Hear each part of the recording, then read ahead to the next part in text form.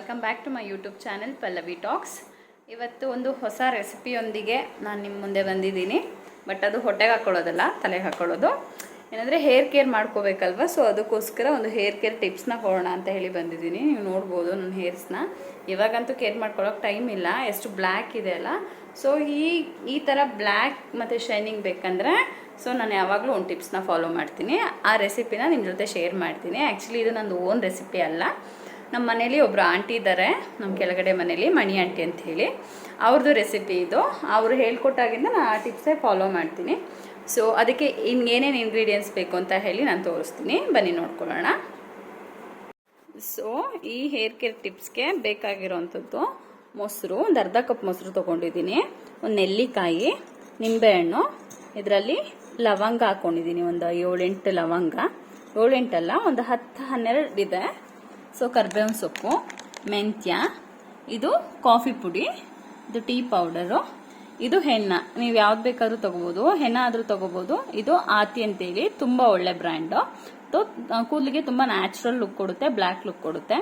ನೀವು ಹೊರಗಡೆ ಎಲ್ಲ ಇದು ವಿಳ್ಯದೆಲೆ, ದಾಸವಾಳ ಹೂವನ್ನ ಒಣಗಿಸಿ ಇಟ್ಕೊಂಡಿರೋಂಥದ್ದು, ಹಾಗೆ ಕರ್ಬೇವಿನ ಸೊಪ್ಪು ಕೂಡ ಇದ್ರ ಜೊತೆಗೆ ಒಣಗಿಸಿ ಇಟ್ಕೊಂಡಿದೀವಿ. ಸೊ ಇದನ್ನ ಎಷ್ಟು ಬೇಕಷ್ಟೇ ಯೂಸ್ ಮಾಡ್ಕೊಂತೀವಿ, ಮಾಡುವಾಗ ಸ್ವಲ್ಪ ಮಾತ್ರ ಯೂಸ್ ಮಾಡ್ಕೊಂತೀವಿ. ಒನ್ ಟೈಮ್ಗೆ ಒಂದಿಷ್ಟು ಹಾಕೊಂಡ್ರೆ ಸಾಕಾಗುತ್ತೆ ನಿಮ್ಗೆ. ಸೊ ನೋಡಿದ್ರಲ್ವಾ, ಹೊರಗಡೆ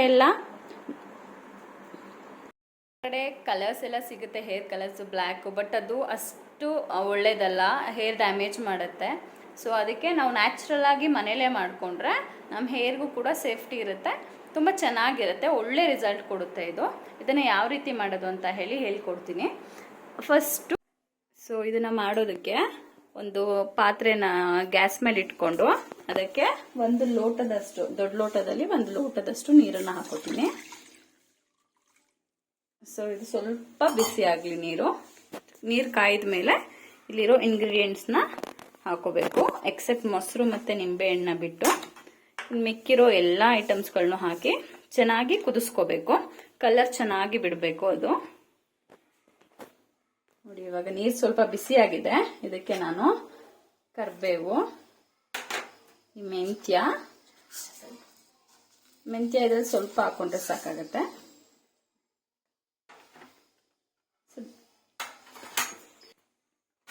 ಮೆಂತ್ಯ ಹಾಕಿದ್ದೀನಿ.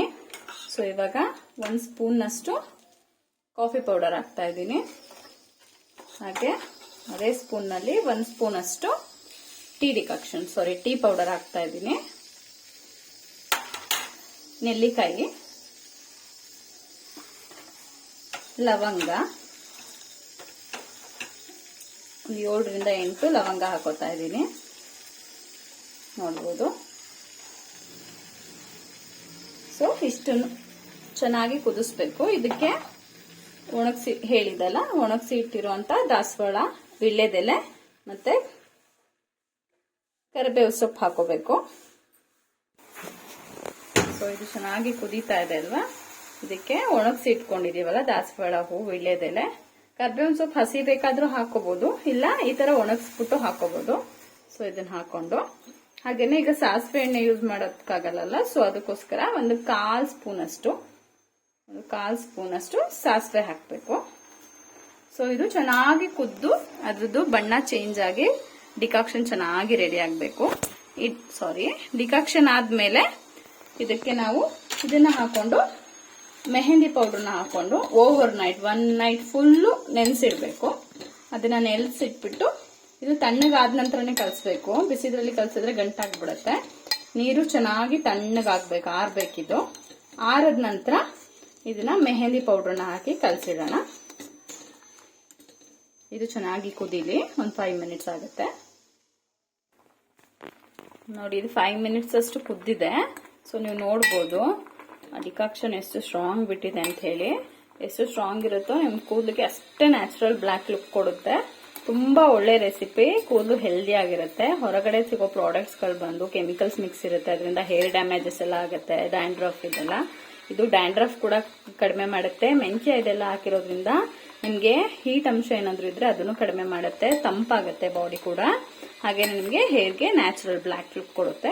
ತುಂಬಾ ಹೇರು ಸಾಫ್ಟ್ ಅಂಡ್ ಸಿಲ್ಕಿ ಆಗುತ್ತೆ. ಯೂಸ್ ಮಾಡಿ ನಿಮಗೆ ರಿಸಲ್ಟ್ ಗೊತ್ತಾಗುತ್ತೆ. ನೋಡ್ಬೋದು ಇವಾಗ ಇದನ್ನ ನೀಟಾಗಿ ಜರಡಿ ಮುಖಾಂತರ ಶೋಧಿಸ್ಕೋಬೇಕು. ಬಿಸಿ ಪೂರ್ತಿ ಕಡಿಮೆ ಆಗಬೇಕು, ತಣ್ಣಗಾದ್ಮೇಲೆ ಕಲಸಿ, ಇಲ್ಲಾಂದ್ರೆ ಗಂಟಾಗತ್ತೆ. ನೋಡಿ ನೀಟಾಗಿ ಶೋಧಿಸ್ಕೊಂಡು ಆ ನೀರನ್ನ ಕೂಲ್ ಆಗೋದಕ್ಕೆ ಬಿಡಬೇಕು. ತೋರಿಸ್ತೀನಿ ನಾನು ಎಷ್ಟು ಚೆನ್ನಾಗಿ ಬಿಟ್ಟಿದೆ ಅಂತ.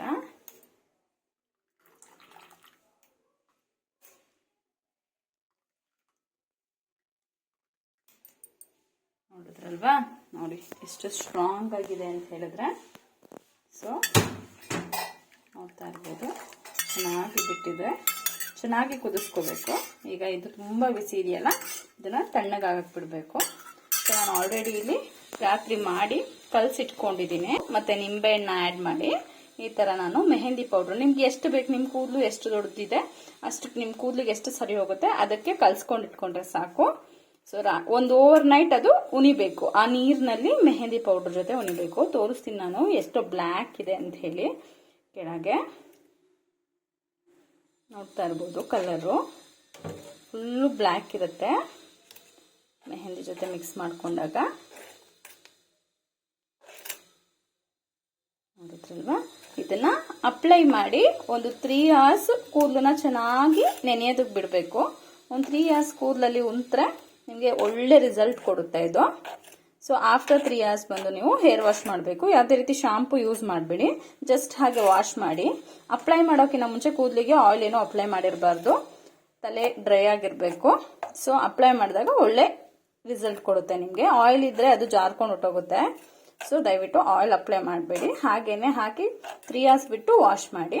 ನಾನು ಇದನ್ನ ನಮ್ಮ ಅತ್ತೆಗೆ ಅಪ್ಲೈ ಮಾಡಿ ತೋರಿಸ್ತೀನಿ. ನಾನು ರಾತ್ರಿ ಹಾಕೊಂಡಿದ್ದೆ, ಸೊ ಅದಕ್ಕೆ ಇವಾಗ ನಾನು ನಮ್ಮ ಅತ್ತೆಗೆ ಅಪ್ಲೈ ಮಾಡಿ ತೋರಿಸ್ತೀನಿ. ಬನ್ನಿ. Hi, hello, welcome back. ಅಂತಿದ್ದೀರಾ? ಓಕೆ, ಇವಾಗ ಯಾವ ರೀತಿ ಅಪ್ಲೈ ಮಾಡೋದು ಅಂತ ಹೇಳ್ಕೊಡ್ತಾ ಇದ್ದೀನಿ. ಇಲ್ಲಿ ನಮ್ಮ ಕಸ್ಟಮರ್ ರೆಡಿಯಾಗಿ ಕೂತಿದ್ದಾರೆ. ಬನ್ನಿ ಅಪ್ಲೈ ಮಾಡ್ತೀನಿ. ಬ್ಯಾಗಲ್ಸ್ ಎಲ್ಲ ಬಿಚ್ಚಿಡಬೇಕು. ಫಸ್ಟು ಹೇರ್ನ 2 ಪಾರ್ಟ್ಸ್ ಮಾಡ್ಕೋಬೇಕು. ಪಾರ್ಟಿಷನ್ ಮಾಡಿಕೊಂಡ್ರೆ ನಮಗೆ ನೀಟಾಗಿ ಅಪ್ಲೈ ಮಾಡ್ಕೋಬೋದು. ಕೈಯಲ್ಲೇ ಅಪ್ಲೈ ಮಾಡ್ತಾ ಇದ್ದೀನಿ, ಯಾವುದೇ ಹ್ಯಾಂಡ್ ಗ್ಲೌಸ್ ಯೂಸ್ ಮಾಡ್ತಾ ಇಲ್ಲ. ನಿಮಗೆ ಕಲರ್ಸ್ ತೋರಿಸ್ತೀನಿ ಕೈಯಲ್ಲಿ ಹೇಗಾಗುತ್ತೆ ಅಂತ. ನೀಟಾಗಿ ರೂಟ್ಸ್ಗೆಲ್ಲ ಆಗೋಗೆ ಅಪ್ಲೈ ಮಾಡ್ಕೋಬೇಕು. ಫಸ್ಟ್ ಎಲ್ಲ ತುಂಬ ಮಾಡ್ಕೋತಾ ಇದ್ವಿ, ಮಧ್ಯದಲ್ಲಿ ಸ್ವಲ್ಪ ಗ್ಯಾಪ್ ಆಗಿಬಿಟ್ಟಿತ್ತು. ಇವಾಗ ಮತ್ತೆ ಸ್ಟಾರ್ಟ್ ಮಾಡಿದ್ದೀನಿ.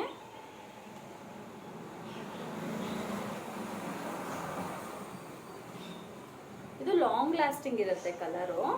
ನಿಮಗೆ ಒಂದ್ಸರಿ ಹಚ್ಸಿದ್ರೆ ಒಂದು 3-4 months ಕಲರ್ ಹಾಗೆ ಇರುತ್ತೆ ಬ್ಲ್ಯಾಕು.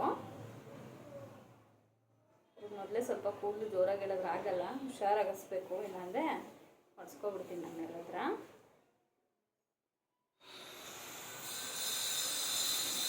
ನೀಟಾಗಿ ಸ್ವಲ್ಪನೇ ಕೂದಲು ತೊಗೊಂಡು ಅಪ್ಲೈ ಮಾಡ್ಕೊಳ್ಳಿ. ನಾನು ನಿಮಗೆ ಅಪ್ಲೈ ಮಾಡಿಬಿಟ್ಟು ಲಾಸ್ಟಲ್ಲಿ ತೋರಿಸ್ತೀನಿ.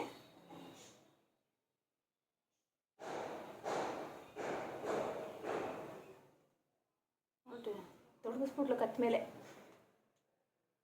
ಅದೆಲ್ಲ ಸ್ವಲ್ಪ ಕಾಮನ್ನು ಸ್ವಲ್ಪ ಅಡ್ಜಸ್ಟ್ ಮಾಡ್ಕೋಬೇಕು. ಇಲ್ಲಿ ಸ್ವಲ್ಪ ಸಣ್ಣದಾಗಿ ವೈಟ್ ಹೇರ್ಸ್ ಇದೆ, ಹೊಡಿತಾರೆ ಮೊದಲೇ. ಇದು ಬೇಕಂತ ಅರ್ಧ ಬಿದೋಗುತ್ತೆ ನನಗೆ ಬೈಸಕ್ಕಿದ್ದು ಕೆನ್ನೆ ಮೇಲೆಲ್ಲ. ಸ್ವಲ್ಪ ಇವರಿಗೆ ಸಣ್ಣದು ವೈಟ್ ಹೇರ್ಸ್ ಇದೆ, ಅದಕ್ಕೆ ಇಲ್ಲಿ ಸ್ವಲ್ಪ ಜಾಸ್ತಿ ಅಪ್ಲೈ ಮಾಡಬೇಕು. ಆಗಿದೆ ಆಗಿದೆ. ಇನ್ನೊಂದು ಕಡೆಗೆ ಅಪ್ಲೈ ಮಾಡ್ಕೊಳ್ಳೋಣ.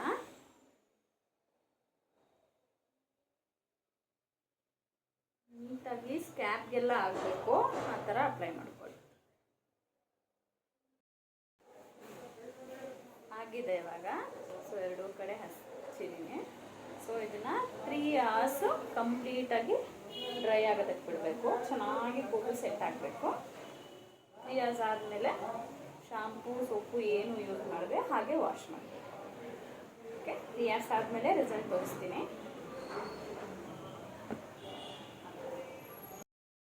ನೋಡ್ಬೋದು ಇವಾಗ ಹೇರ್ ವಾಶ್ ಆಗಿದೆ ಆಫ್ಟರ್ 3 hours ಎಷ್ಟು ನ್ಯಾಚುರಲ್ ಬ್ಲ್ಯಾಕ್ ಕಾಣಿಸ್ತಿದೆ.